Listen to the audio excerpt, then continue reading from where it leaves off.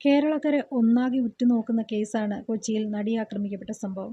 വർഷങ്ങളായി നടക്കുന്ന കേസ് ഇപ്പോൾ അന്തിമഘട്ടത്തിലേക്കാണ് കടക്കുന്നത്. തുടക്കം മുതൽ തന്നെ കേസിൽ 8-ാം പ്രതിയായ ദിലീപിനെ പിന്തുണച്ചുകൊണ്ടും എതിർത്തുകൊണ്ടും ചേരിതിരിഞ്ഞ വാക്കേറ്റങ്ങൾ നടക്കുന്നുണ്ട്.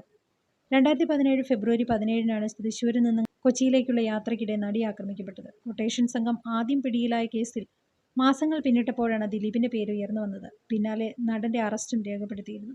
ഇപ്പോഴിതാ ഞെട്ടിക്കുന്ന ഒരു വാർത്തയാണ് പുറത്തുവരുന്നത്. നടിയെ ആക്രമിച്ച കേസിലെ അന്വേഷണ ഉദ്യോഗസ്ഥനും ക്രൈംബ്രാഞ്ച് ഡിവൈഎസ്പിയുമായ ബൈജു പൗലോസിന് പോലീസ് ജീപ്പ് മറിഞ്ഞ് ഗുരുതരമായി പരിക്കേറ്റു. ജീപ്പ് നിയന്ത്രണം വിട്ട് മറിയുകയായിരുന്നു എന്നാണ് വിവരം. തൃശൂർ കുട്ടനെല്ലൂരിൽ വെച്ച് ദേശീയപാതയോട് ചേർന്നാണ് അപകടമുണ്ടായത്. ഡിവൈഎസ്പി ഉൾപ്പെടെ 2 പോലീസുകാർക്കാണ് പരിക്കേറ്റത്. ഡിവൈഎസ്പി ബൈജു പൗലോസിനും ജീപ്പ് ഓടിച്ചിരുന്ന പോലീസ് ഡ്രൈവർക്കുമാണ് പരിക്കേറ്റത്. കഴിഞ്ഞ ദിവസം രാവിലെ 8:30 കുട്ടനെല്ലൂരിൽ വെച്ചാണ് അപകടമുണ്ടായത്. പരിക്കേറ്റ 2 പേരെയും ജൂബിലി മിഷൻ ആശുപത്രിയിൽ പ്രവേശിപ്പിച്ചു.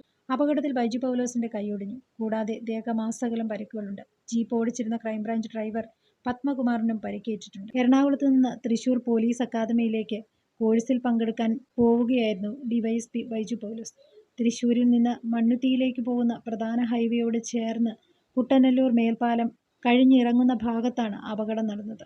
അപകടം നടക്കുന്ന സമയത്ത് പ്രദേശത്ത് കനത്ത മഴയായിരുന്നു. കനത്ത മഴയിൽ വാഹനം നിയന്ത്രണം വിട്ട് ഹൈവേയിൽ നിന്ന് തെന്നിമാറി റോഡരികിലെ പൊന്തക്കാട് കടന്ന് വലിയ കാനയിലേക്ക് പതിക്കുകയായിരുന്നു. നിയന്ത്രണം നഷ്ടപ്പെട്ട ജീപ്പ് പൂർണ്ണമായും കാനയിൽ പതിച്ച നിലയിലായിരുന്നു. ജീപ്പിന്റെ മുൻവശത്തെ ചില്ല് പൂർണ്ണമായും തകരുകയും വാഹനത്തിന് വലിയ കേടുപാടുകൾ സംഭവിക്കുകയും ചെയ്തു. അപകട സ്ഥലത്ത് ഓടിക്കൂടിയ നാട്ടുകാരാണ് വാഹനത്തിൽ നിന്ന് ഡിവൈഎസ്പിയെയും ഡ്രൈവറെയും ഏറെ കഷ്ടപ്പെട്ട് പുറത്തെടുത്തത്. ഉടൻ തന്നെ ഇവരെ തൃശൂർ ജൂബിലി മിഷൻ ആശുപത്രിയിലേക്ക് എത്തിക്കുകയായിരുന്നു. നാട്ടുകാർ രക്ഷാപ്രവർത്തനം നടത്തിയ ശേഷമാണ് ഒല്ലൂർ പോലീസ് സ്ഥലത്തെത്തിയത്. 2017 ഫെബ്രുവരി 17-നാണ് അങ്കമാലിക്ക് അടുത്ത് വെച്ച് നടിക്ക് നേരെ ലൈംഗിക അതിക്രമമുണ്ടായത്. തൃശ്ശൂരിൽ നിന്ന് എറണാകുളത്തേക്ക് പോവുകയായിരുന്ന യുവനടിയെ കാർ തടഞ്ഞു നിർത്തി തട്ടിക്കൊണ്ടുപോവുകയായിരുന്നു. 1-ാം പ്രതി പൾസർ സുനി അതിക്രമവേളയിൽ തന്നെ ഇതൊരു കൊട്ടേഷനാണെന്ന് വെളിപ്പെടുത്തിയിരുന്നു. ഈ സംഭവം തന്നെ ഗൂഢാലോചനയിലേക്കുള്ള സൂചനയുമായിരുന്നു.